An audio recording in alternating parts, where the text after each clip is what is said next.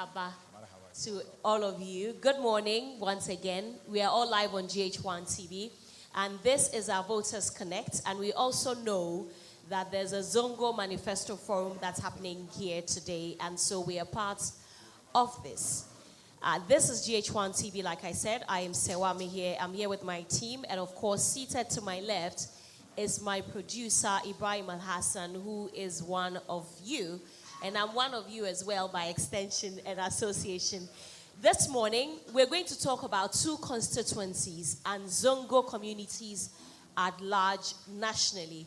We're going to start off with the Ayawaso East and North constituencies, and then we zoom in to Zongo communities, not just in these two constituencies, not just in Accra, but across the country.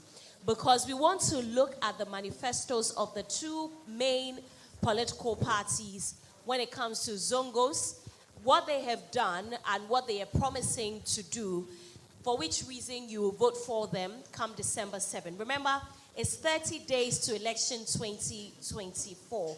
One of the reasons why this Zongo Manifesto Forum is being organized is also to foster peace and security. We want to have a conversation so that no political party will come to incite violence or chaos among Zongo people. I know that you know that there's been a long-standing perception. I don't think that Zongo people are violent. It can never be, because I have too many Zongo friends. I live with one, and I know how you people are. And we need to talk, have a conversation, and judge on how we can work towards eradicating that perception also. So we thank all of you for coming here this morning. We have a microphone to the left. If you have to say anything at all with regard to Zongo communities, what you expect the government to do, and whoever becomes president or whoever wins comes December 7 to do as well, please say it into the microphone. But in the meantime, we're going to be starting, like I said, with the two constituencies, Ayawaso East and Ayawaso North constituencies. And we'll be talking very briefly about them. We'll be having the representatives of the political parties for these two constituencies join us very briefly. We'll talk quickly on them. And then all the people who are supposed to have spoken or who are supposed to talk on the Zongo Manifesto Forum will also join us. And then we'll question them. And we'll give you the chance to also ask them questions on what you want to hear or what you expect them to have done, which they haven't done for you in these constituencies, and then for the Zongo communities as a whole. So Ibrahim is Muslim. And like I said, he's one of you. I also identify as one of you. So don't worry at all. If Ibrahim will be speaking the Hausa for me, and I'll be doing the translation. But I know that almost all of us here understand and speak English also. So it will make the conversation very, very smooth. We'll start off with the Ayawaso East. We should start off with the Ayawaso East constituencies. Now, we know that these two constituencies is a stronghold of the NDC. They've won power. Ayawaso East has, been in existence since 1992. And since then, the NDC has won. Ayawaso North was carved out of Ayawaso East constituency in 2012. And since then, too, the NDC has always won. But the constituency and the communities have challenges. When you look at the Ayawaso North constituency, they talk about not enough, places for developmental projects, filth, the issue of flooding, not enough educational facilities and whatnot. Ibrahim, what are some of the things that you have also, picked up as some of the challenges of these constituencies? Well, I think the challenges of Ayawaso East and North, or specifically East, are not different from many challenges bedeviling many Zongo communities and inner city communities across the country. Yes, you talk about drainage facilities. The youth here talk about unemployment, and it's one of the most topical issues when you go to any Zongo community. Like I talked about poor drainage facilities, you talk about educational infrastructure as well. Yes, the challenge specifically to Ayawaso East has got to do with lack of space for even developmental projects, right? Of course, you are aware that government at a point indicated that it was going to undertake one of the Agenda 111 projects in this particular constituency. Space became a challenge, and so they had to improvise. But of course, I'm sure when the political class gets to speak to this, they will indicate exactly how far or that. So mainly, in my engagement with the residents, the constituents, they speak about many other things, especially jobs, lack of jobs, because this is a concern for not just the youth, it's a concern for the elderly as well, the parents, and what have you. Again, educational facilities. This is a cosmopolitan constituency. In fact, it is the middle of the capital city of Accra. Okay. Yes. All right, so we'll take your questions now. Like I said, we have representatives of the two main political parties joining us. They'll be telling us what they have done and what they intend to do. These two constituencies are highly, NDC constituencies. They have always won since they've been created. Now, what's interesting, Ibrahim, about the Zongo communities going into the 2024 elections is that the two leading political parties or the two leading candidates have northern backgrounds. Yes. So there's Dr. Baumia of the NPP who Yes. is Muslim. Yes. And he comes from the north, from Yes, Wale Wale. yes, yes. And then there is John Dramani Mahama, who also has a northern background. Exactly. And so the two of them connect with the Zongo community.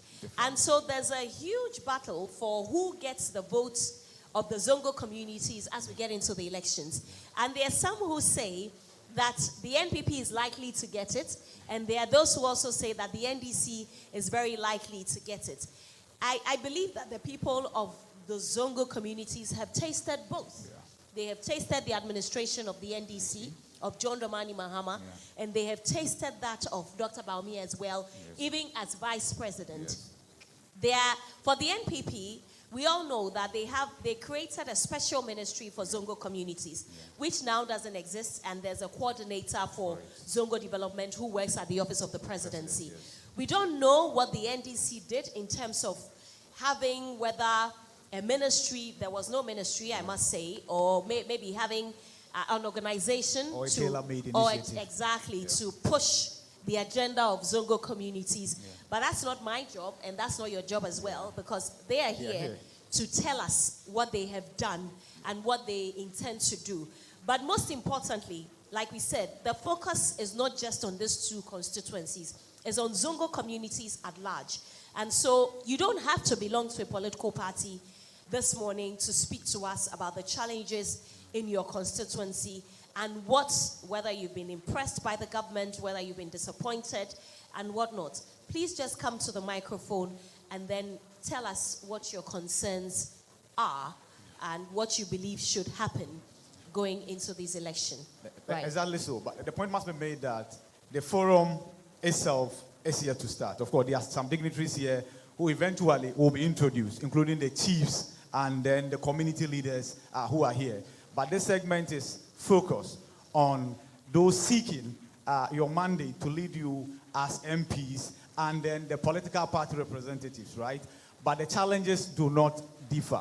The challenges that have found expression in the party's manifestos are the same challenges we are here to explore. So, Serwaa, you're right. The interest of the Zongo communities in this year's election is like none other, because the two leading candidates all have affinity one way or the other with these communities. And that's how come a focus on Zongos and inner city will not be a misplaced focus at all. It's very crucial, it's important. And kudos to the organizers of this forum as well, the forum that is here to take place, for thinking about bringing the political class together to share with constituents, share with community members and residents what these two parties are thinking about as far as your progress and your forward march is concerned. So you're right. The interest from the Zongo communities come December 7 is heightened because of the individuals involved. Of course, and I have to pay special homage once again to the chiefs who are gathered here. We really appreciate your time. And I don't know what the protocols are, forgive me, but if a chief would like to speak, my producer, we can come to you and also hear from you as well, because yes, we know that you are chiefs, but you're also representatives of your people.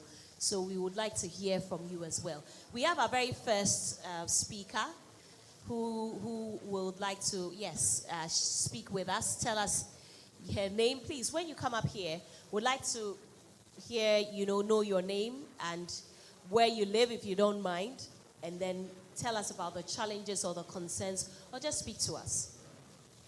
Hello. Hi, assalamu alaikum, and good morning. My name is Aisha Khidr Adam.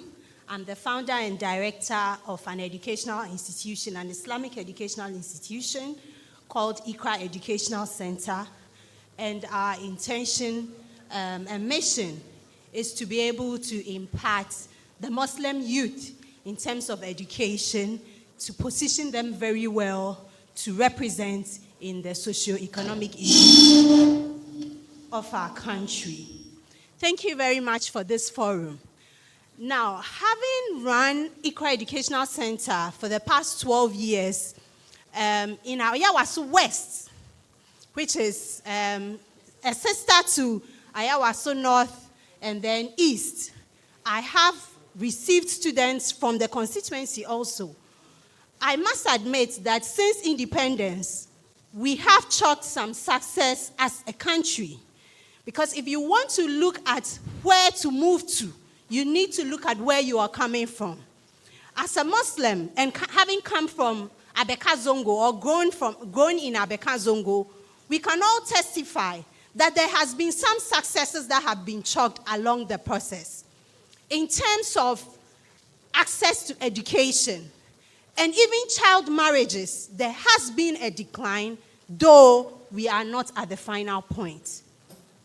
The Islamic Education Unit has made efforts to make some improvements in the Islamic education sector. It's very unique for us in Zongo because most of the students that live in Zongo are Muslims. However, we do not have a lot of Muslims in academia. So there is a conflict when children are in school, arrive in school, and they have challenges that speaks to the core of their identity. You all do appreciate that when it comes to the social and emotional development of every human being, especially a child, if a child does not feel sound in those areas, it even affects the intellectual development. And that is where I come from this morning to have this conversation. We have had children being marginalized because they are Muslims. We have had children being spoken down on because of the wearing of veils, because of practicing Islam, sometimes even not to even affect anything within the schools, but just because they identify themselves as Muslims.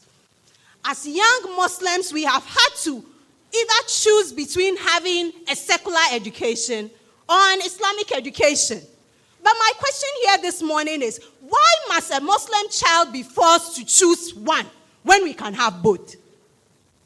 As Ghanaians, working in the public sector, contributing to the tax net, when our taxes are used in government institutions where the funding comes from government and things are done to improve these schools, why must the Muslim child feel like they are being done a favor to access that type of education? And when you push the button, you are told, develop your own schools. Are you giving us our taxes back to develop our own schools? When the AMA goes round, does he take taxes from Muslims? Those are the questions we should ask ourselves. If everything goes into one tax net or one tax basket, then we all need to have equal share. And we all talk about the issues. In your introduction, you made mention of, yes, there's a certain tag about the Zongo being, when it comes to politics and being violent and all of that. We all know that there are certain basic needs of humans. And sometimes when those needs are not met, there is anguish. Our youth do not have jobs, but sometimes they don't even have the qualification to access those jobs that are available.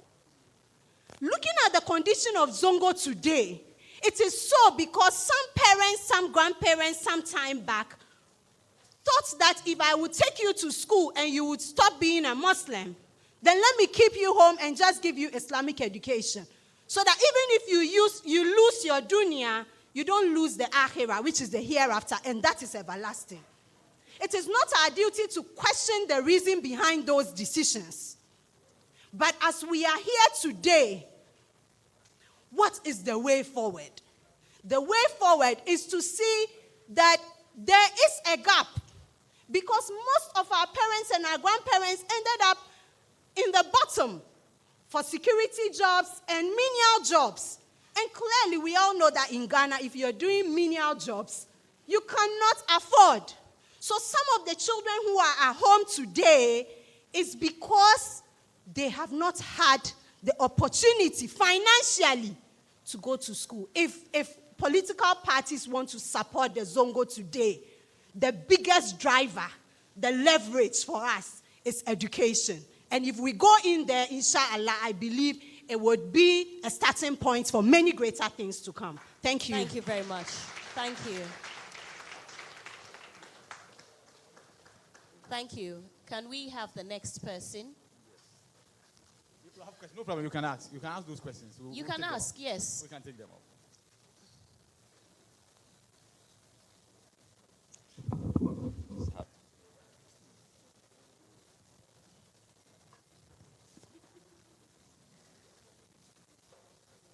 Thank you very much. My name is Mohammed Abdul Hamid. I am a project consultant with PMLC in the US, and I'm CEO for Zongo Business Incubator. I wanted to do a lot of listening this morning so that we can make informed contributions. But I think my interest is in economic transformation. The young people of Zongo, for me, what I believe is that if we are able to get people to be financially independent, it is one of the best ways to promote development. When people have something to do, they are able to earn meaningful incomes, they have dignified and fulfilling jobs. It is easy to transform the community that way. The Zongo Business Incubator, since 2017, we've supported a lot of businesses. We've trained a lot of people. We've even provided scholarships for Zongo people to study elsewhere. My concern about this engagement, and I want us to pay attention to this, is that, first of all, politicians are not the drivers of development. It has never happened anywhere. Politicians are enablers. The drivers of development are the people themselves. And so we have a lot of organizations represented here. Before government decided to train people, there are organizations who have been training people in Zongo way back. All these organizations have been putting in resources and effort. What we want government to do is to create the enabling environment for these organizations to thrive. Number two, we must understand, and I feel like this event would have been very difficult to organize if this was not an election year. It would have been difficult to get people around. And it has always been about what politicians say or what we say we want to do.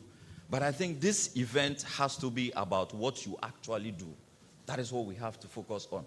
We have young Zongo people who are breaking continental barriers. If you know the work I do, you know that I am effortlessly competent at my job. We have the CEO of CODESYS, they are here. You've heard of CODESYS. You've heard of Secure Central. You've heard of Zongovation and all the beautiful programs they are doing. These are all Zongo organizations. What we want politicians to do is to create the enablers. You have skills, you have talent, you have competency. you have professionalism, you have character, you have preparation, you have all these individuals in Zongo communities, but you are heavily underutilizing them. A lot of us have been there and nobody wants to say. So I want to do a lot of listening. I have 1,000 questions I want to ask, and I just hope that at the end of the day, it will not be about the talking, but it will eventually be about the doing. Thank you very much. We appreciate it. We were telling you earlier that when it comes to the two constituencies that we're beginning this conversation with, which is the Ayawaso East and North constituencies, they've been NDC strongholds since they were created. And I'm waiting to hear from the NDC. I want to know what the NDC can boast of, or the things that they have done for these constituencies since they have been winning the seat. The NPP is hoping to take the seat from the NDC. I believe we have the parliamentary candidate for Ayawaso East constituency here. You're welcome. Thank you very much. Thank you. Thank you for joining us. We'll hear from him very shortly. But we're going to be continuing with the questions and the suggestions and the comments.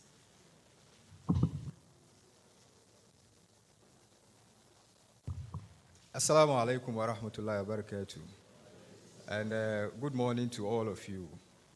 My name is Baba Ali Yusuf. I'm the constituency secretary for MPP in Ayawaso East. I want us to look at Ayawaso East as a constituency. But first of all, let's look at the 4 Ayawaso constituencies. MPP has been winning 2 constituencies. That's Ayawaso West Wagon and also Ayawaso Central. And the NDC have also been winning the Ayawaso East and North. But if you compare development in terms of these 4 constituencies, you realize that where the NPP has been winning since '92 has been far better than our constituency where we live. That's Ayawaso East and North. You compare infrastructure, you compare development, they are far ahead of us. And that is the reason why my candidate, Honorable Zakraman, should be voted for to become the Member of Parliament for Ayawaso East in order to bridge the developmental gap. Now, most of the things you see in Ayawaso East currently is as a result of the creation of our municipal assembly. When MPP won power in 2016, sworn in 2017, we created the assembly. And as a result of that, most of the things you can talk of in this constituency is because the assembly has been a facilitator of development and has done some of these things. You go to the Flagstaff House Basic School, you find a 12-unit classroom block, which was built from scratch. It does not exist prior to the 2016 election, but when MPP won power, we've been able to do that. And so many other initiatives you can talk about. To talk of scholarship. For the first time, the Scholarship Secretariat decentralized their activities, and the Assembly had to interview and also open for their application, and our young people have gotten scholarship through the Assembly, which doesn't exist before, because you have to apply to the national pool, which is sometimes difficult. But when it was zero into our constituency, in 2019, about 36 applicants in Ayawaso is got the benefit to also get a scholarship. In 2020, about 27 of them. So we can mention these are benefits as a result of the NPP government. All right. Please, no, I'm telling you to wrap up. Yes. And yes, when you look behind this auditorium, you find the AstroTurf, which is yet to be completed. But the initiative and also making an intention to start is a key thing. We can hold the government accountable, we can push the government and make sure the facility is completed. At the end of it, it is a benefit for the constituency, not only Ayawaso East, but the general community as a whole. Those in Ayawaso North, those in Ayawaso East, we all benefit from the facility there. So I have a firm belief that the voters in Ayawaso East will consider and vote for my candidate, Honorable Zakraman, and also vote for Alhaji Dr. Mahmoud Baumia, who championed the creation of the Zongo Development Fund, and also all activities that has to do with our Zongo communities. The senior communicators are here. When the forum is properly open, they will speak on our pledges on the Zongo communities. I thank you. Thank you very much. We appreciate that. I'm going to speak with the NPP parliamentary candidate for Ayawaso East now, Zach Rahman. Yeah. Now, this constituency for which you are vying to be MP has been in existence since 1996. 92. Okay, since 92, the NDC has won the seat. But you think that you can win it this time? Oh, yes, of course. I'm very, very optimistic that this time around we're going to win the seat. Yeah. Why? Because you look at, just like the way my secretary elaborated, you look at development as far as this constituency is concerned. We are way behind. This is where you have the Jubilee House. This is where you have the seat of government. This is where the president, the vice president lives. We've been voting for the NDC for the past 32 years. There is absolutely nothing to boast of in terms of development. I'm pained that our MP is not sitting here. I've been campaigning for the past 1 year or so. I have not come across the MP move around the constituency to tell them that this time around he's going to do A, B, or C, because we are challenging him to let the people of Ayawaso East know what he has done for the past 12 years. We've been voting for him and his political party for the past 32 years. Yet absolutely nothing to show for. The constituency, we have largely youth. We have people sitting in bases and ghettos. All of them are looking for opportunities. They are looking for work. All right. So they want someone who would be the face of the constituency, who would go out there and lobby and get opportunities for them. This is something that we are looking for. This person that you talk about who isn't here, he's been MP for 3 terms, 12 years. He's seeking a 4th term. What do you think? I mean, if he wasn't that good, they wouldn't have voted for him for 3 consecutive terms. So you see, the MP or the political party takes this constituency and takes the people of this constituency for granted because they think that this is their stronghold. Whether they come out to campaign, whether they do anything in terms of development or not, people would definitely vote for them.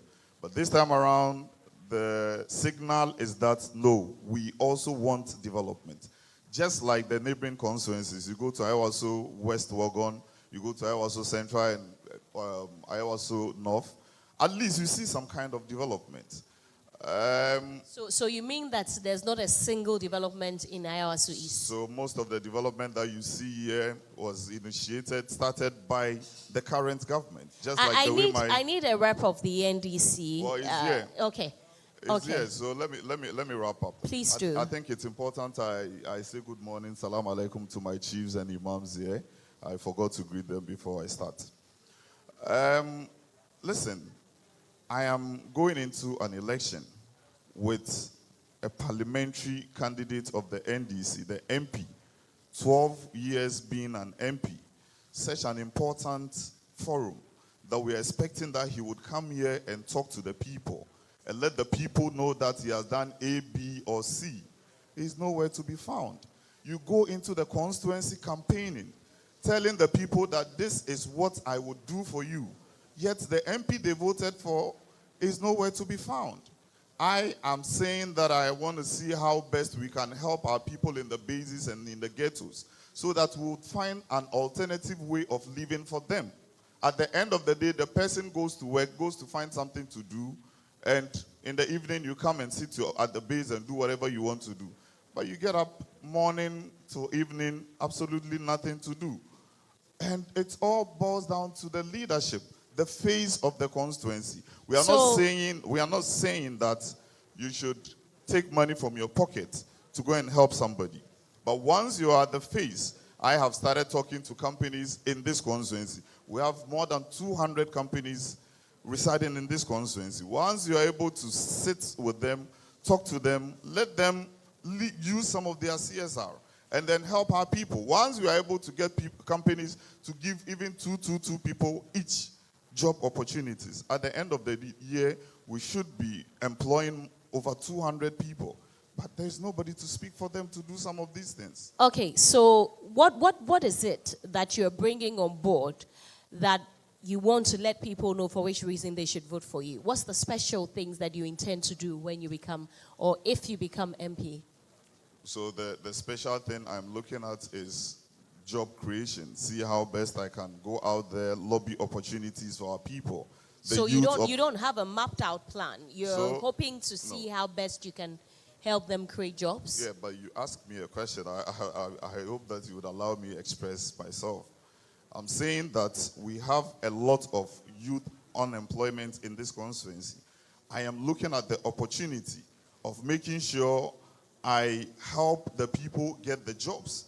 And I've already started talking to companies within this constituency, not outside this constituency.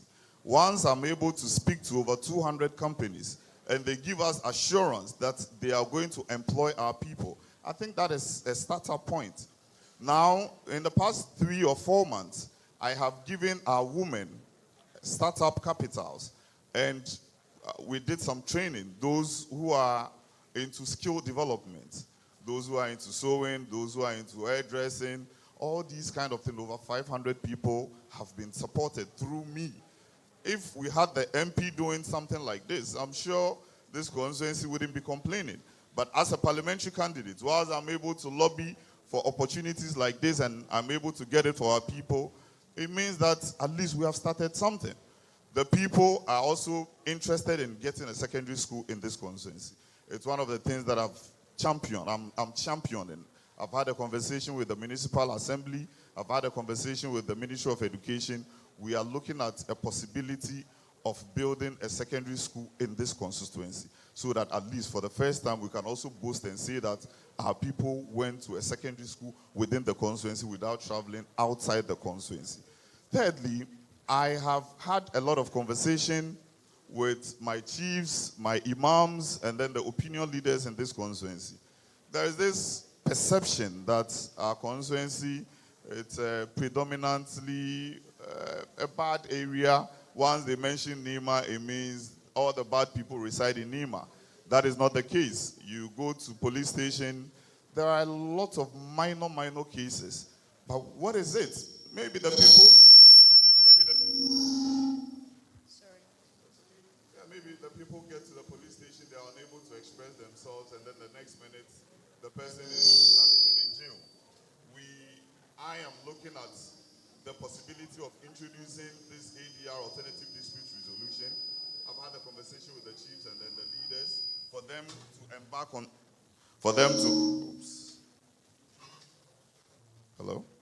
Good. For them to embark on this course. Once they are able to go through these courses, when we have minor cases, we take it to the chiefs, we take it to the imams for them to sit on such cases. At the end of the day, we should be able to raise revenue for our chiefs and for our imams. And the crime rate, that perception that our people are bad people, would definitely come down, because the chiefs, the imams are people who understand our people, and we should be able to handle our issues on our own. So these are some of the things that I'm thinking that once we get the opportunity to become the members of parliament, why not? But I have already started doing some of these negotiation with the chiefs and then the imams and Attorney General's office. Yeah. All right, thank you. That's the NPP's parliamentary candidate for Ayawaso East constituency. Okay, this is a representative of the NDC. Oh, you are an assembly member, and you're a representative of the NDC, of the MP. Okay, would you like to speak to us first? Your MP is not here, and we invited him. Thank you very much. my eminent chiefs, honorable assembly members, dignitaries seated here, all protocol observed. My name is Chairman Olabode Williams, the longest serving constituency chairman in Greater Accra with vast experience. I am here this morning on behalf of the Member of Parliament, Honorable Muhammad Nasser Turi, alias McNazar. My sister, the MP is not here, just not because he has refused to come and meet his people. The MP, as sensational as he is, and we all know today, Parliament is sitting. And for that matter, the Member of Parliament, an astute Member of Parliament, the beloved Member of Parliament for Ayawaso East, is trekking to Parliament in making sure that the NDC retains the majority in Parliament. My sister, I heard my good brother, Honorable Zach. I want to ask you these questions. Now that I know that you are the longest serving chairman, constituency chairman in Greater Accra, you are former chairman. Former chairman, yes. Okay. And longest for NDC. Yes. Not the whole party. No, please. Okay. NDC. For NDC. Well, thank you. Can I continue? Of course. Now, this constituency has been in existence since 1992. Your party has been winning the seat since 1992.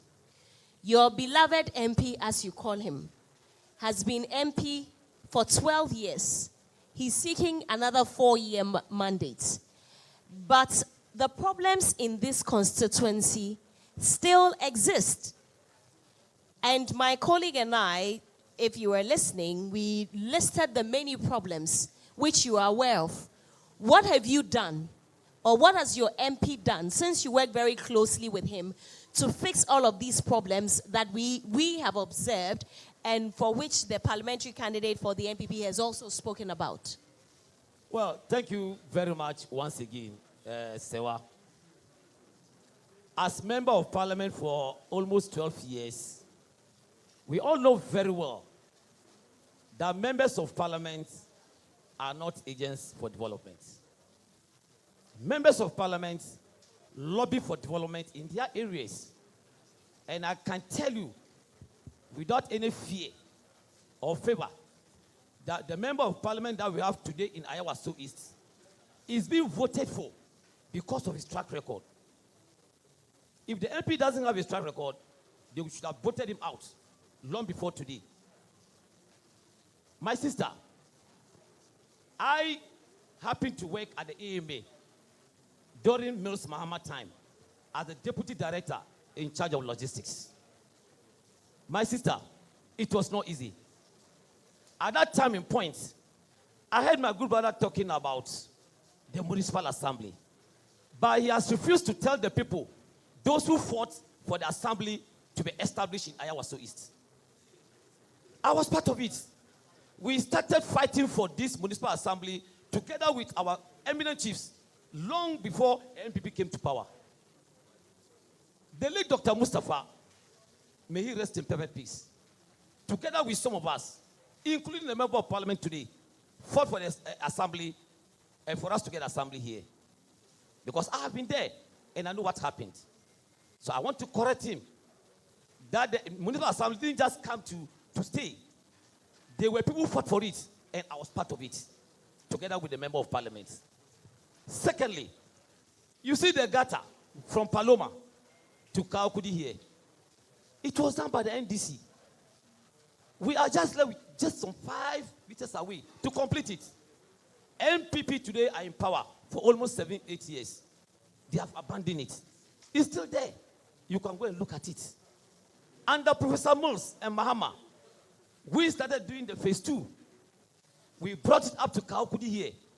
And everybody here can testify the good work the MP has done together with Mills Mahama. My sister, he talks about scholarships. The MP that we have today is somebody who understands the system. who knows the plight of the youth of Nima. And I can tell you vividly that almost over 500 youths has been given scholarships in this constituency. We have it on record. I will not sit here and do propaganda just because of political sake. I am telling you what I know. In any case, Akufo-Addo's house is just around the Paloma area. He is the president of the day. Dr. Bamia used to live at Kanda here. In their time today, during Mama's time, it was we the NDC, who asphalted the whole of Kanda inner roads. It was done. You sleep the next day, it has been asphalted by His Excellency John Dramani Mahama. It was under his regime. We can all testify. Today, as I speak, go to Nima Madina Station. It wasn't like that. For over 40 years, the whole place was not in good shape. It was the member of parliament that we have today, Honorable McNaza, who did his best from his own vision and ovulation and making sure that that place was put in the proper perspective. Go to the Ashama Station, go to Frankie's Road, go to the Hot Coffee Road, and see the pavement blocks that have been put by the MP. So what are we talking about? Go to Nuria Road, you see the pavement blocks there that has been done by the member of parliament. Today, because of political instincts, we seem to be condemning somebody who is doing better in their constituency. As I'm speaking to you now, he spoke about the MP not being visible in the constituency. Yesterday, the MP was meeting most of the bases in Ayawaso East, talking to the youth, explaining issues to them about parliamentary proceedings and what he will do, inshallah, when he wins power come 7th December. So for me, and the good people of Ayawaso East knows the better amongst the candidates who are contesting. I am not saying the MPP, rep here, or PC is not good. But today, as we speak, Honorable McNaza is better. And we cannot afford to lose him in this constituency. All right, thank you. I'll give you the chance to make a rebuttal. I think it's important we state the facts here.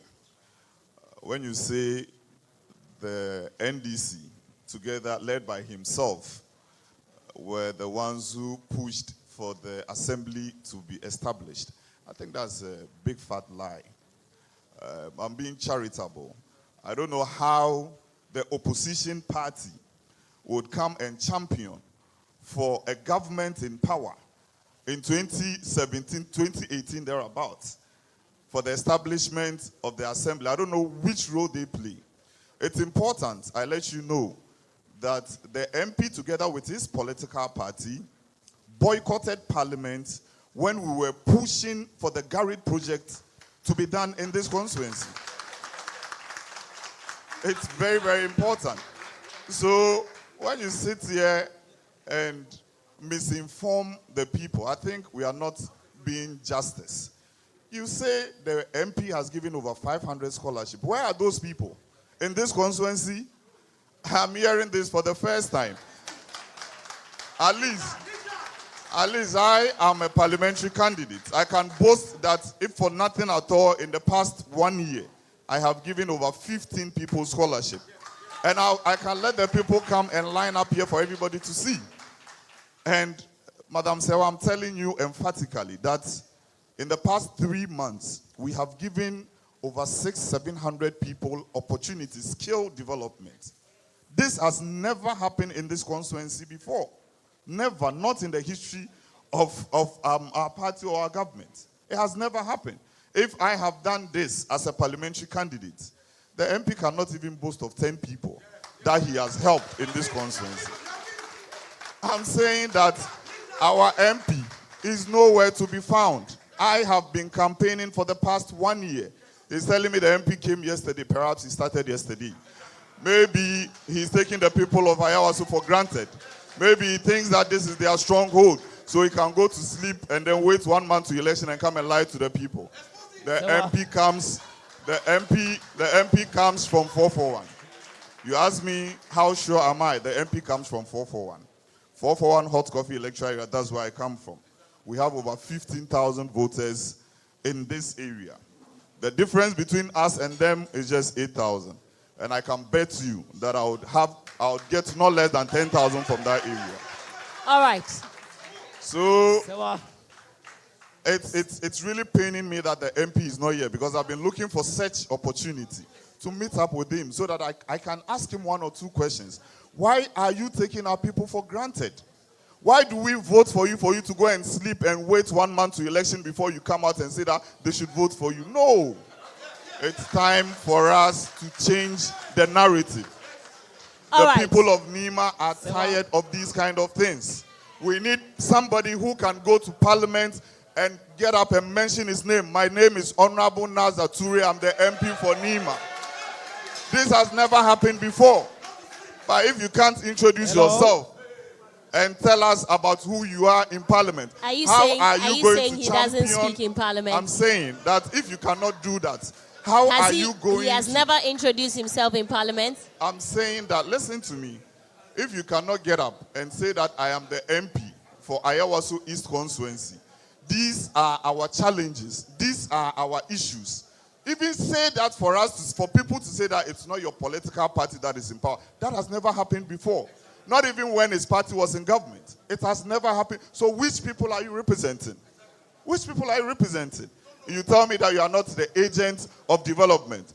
Why do you go round lying to the people, deceiving the people that you bring development to them? Now your chairman is telling us that he's not the agent for development. You see, we don't have to do this to our people. We have to let the people know the truth. Let them know what we can do for them. I have said that I have gone round companies in this constituency. I have met over 200 companies, and they are ready and willing to help our people. That is what we want leader to do for his people. If you cannot do this, it means you have failed as a leader. Okay, thank you. Okay.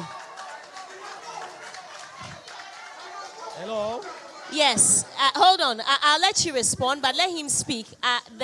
One of the chiefs wants to speak as well, so I'll take your microphone to him whilst you speak. Please make it brief.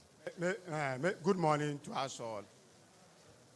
My name is Honorable Abdurazak Ismail, Assembly Member for Hot Coffee Electoral Area and also Assembly Member of the Municipal Assembly as we are here.